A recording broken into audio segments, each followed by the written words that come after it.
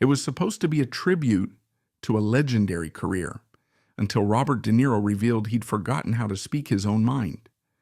Studio 6B was hushed with reverence that Friday evening. The Tonight Show's blue and gold lights cast their warm glow as the Roots laid down a subdued groove. 300 audience members filled every seat, anticipation electric, yet respectful for true living legends. Jimmy Fallon, impeccable in his navy suit, bounded onto the stage with enthusiasm tempered by profound respect.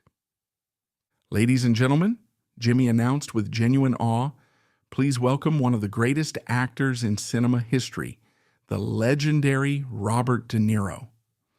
The applause was thunderous as Robert emerged from backstage. At 80, he moved with measured dignity. His charcoal suit emphasized his commanding frame, silver hair impeccably styled, and those intensely observant eyes carried the weight of countless stories. He waved to the crowd with characteristic restraint, movements economical and purposeful.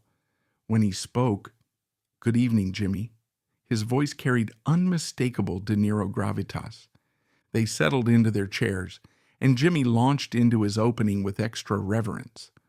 "Bob," Jimmy said, leaning forward with genuine admiration, "thank you for being here.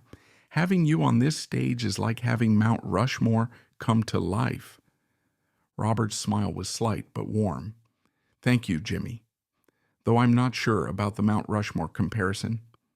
I'm not quite that old yet." The audience chuckled, and the conversation touched on Robert's recent Lifetime Achievement Award and his remarkable career. Every answer was delivered in distinctive De Niro style. Thoughtful pauses, careful word choices, economy of language that conveyed volumes. "You know, Bob," Jimmy said, "you're responsible for some of the most quotable lines in film history. 'You talking to me?' From Taxi Driver. These phrases have become part of American culture." Something flickered across Robert's face. "Well," Robert said carefully, "those were the writer's words. I just delivered them." "But the way you delivered them, the interpretation, the emotion, that's all you." Robert was quiet, hands folded precisely. "I suppose I've gotten good at saying other people's words." "You know what?" Jimmy said, reaching into his jacket with renewed enthusiasm. "Since we're talking about your incredible career and all these legendary quotes, I thought we'd celebrate that tonight with something special. I'm calling it Legendary De Niro Quotes." The audience immediately perked up, excited at the prospect of hearing the master recite his most famous lines. Robert's expression became more guarded. "What exactly does this involve, Jimmy?" Robert asked, his voice carrying a note of caution that was subtle but unmistakable. "It's going to be amazing," Jimmy explained, pulling out elegant cue cards. "I'm going to show you some of your most famous lines from your incredible films, and you can either recite them in your original style or give us a new interpretation. The audience gets to hear pure De Niro magic." Robert looked at the cards, then at Jimmy, then at the expectant audience. When he spoke, his voice was quieter than usual. "Jimmy, those lines, they were written 50 years ago, by other people. They weren't my thoughts, my words, my feelings." Jimmy's enthusiasm didn't waver. "But Bob, the way you made them yours, the truth you brought to them, that's what made them immortal. Come on, just one? How about you talking to me?" Robert looked down at his hands, and for the first time in the interview, his composure seemed to crack slightly. "Those weren't my words, Jimmy. They were Travis Bickle's words, written by Paul Schrader." The studio began to sense something shifting in the atmosphere. Jimmy's smile became more uncertain. "Okay, no pressure," Jimmy said gently. "What about something from Goodfellas or Casino or—" "Stop," Robert said quietly. But the word carried such weight that it silenced the entire studio instantly.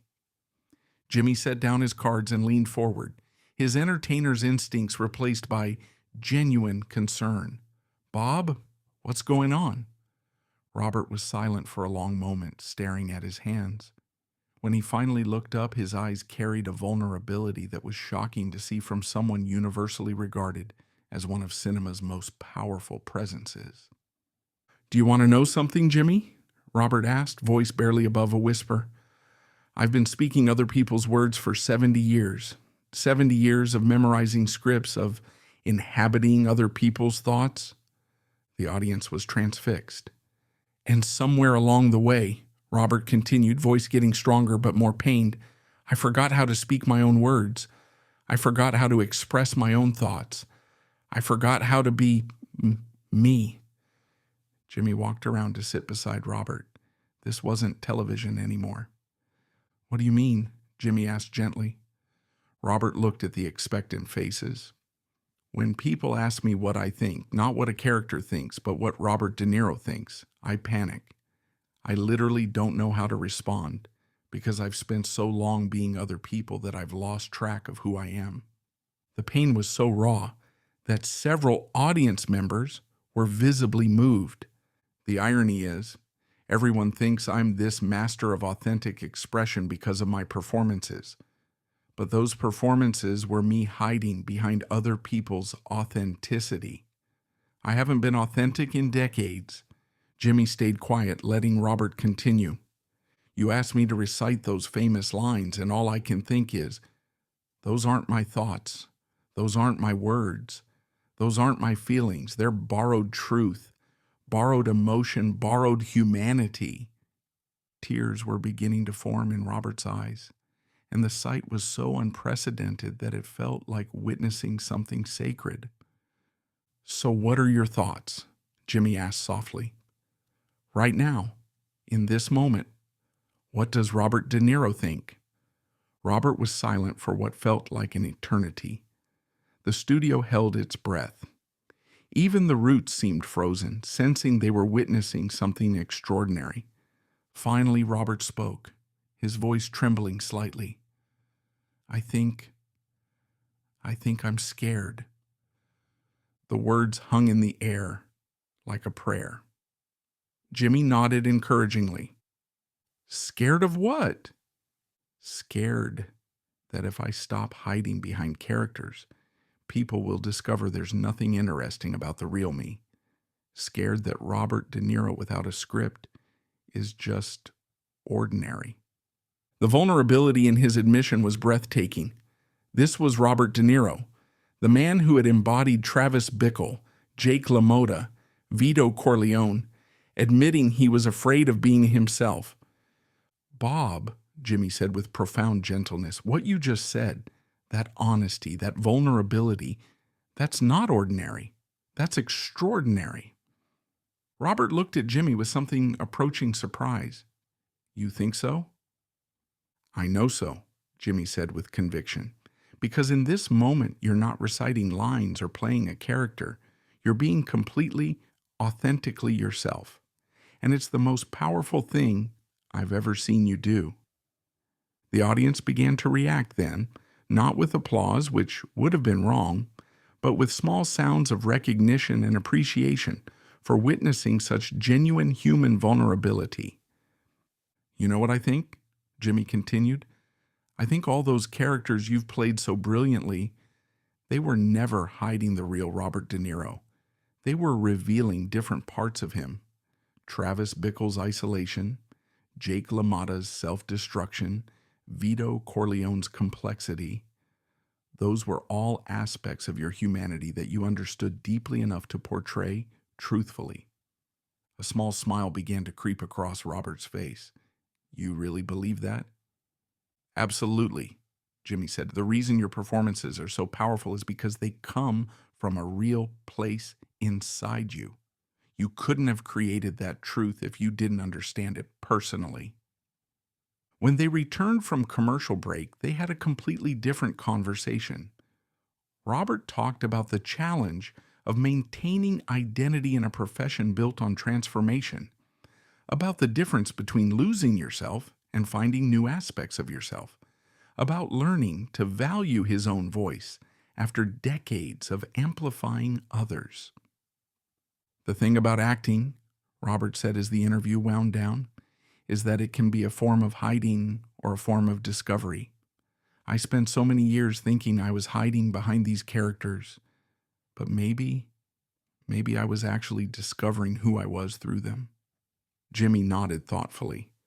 So maybe Robert De Niro isn't separate from Travis Bickle or Jake LaMotta. Maybe they're all part of the same complex, fascinating person. Maybe, Robert said, and for the first time in the entire interview, his smile looked completely unguarded. Maybe the goal isn't to find my real voice. Maybe it's to accept that I have many voices, and they're all authentically mine. The applause that followed was unlike anything The Tonight Show had ever heard. It wasn't appreciation for entertainment. It was recognition of courage, of a man brave enough to admit he'd lost himself and wise enough to begin finding his way back. The episode aired unedited. The response was immediate. Acting schools began offering classes on maintaining identity while transforming into characters. Mental health professionals reported increased interest in discussions about authenticity. But perhaps the most meaningful response came from a longtime fan who wrote, "Mr. De Niro, I've been watching your films for 40 years, and I always wondered who the real you was. After watching your interview, I realized the real you was there all along, in every honest moment you brought to those roles. Thank you for showing me that we don't have to choose between being ourselves and being transformed by our work." It wasn't just late-night television. It was a reminder that authenticity isn't about speaking only in your own voice, but about bringing truth to whatever voice you're asked to use. And sometimes the most profound thing you can say is simply, "I'm scared, and I don't know who I am."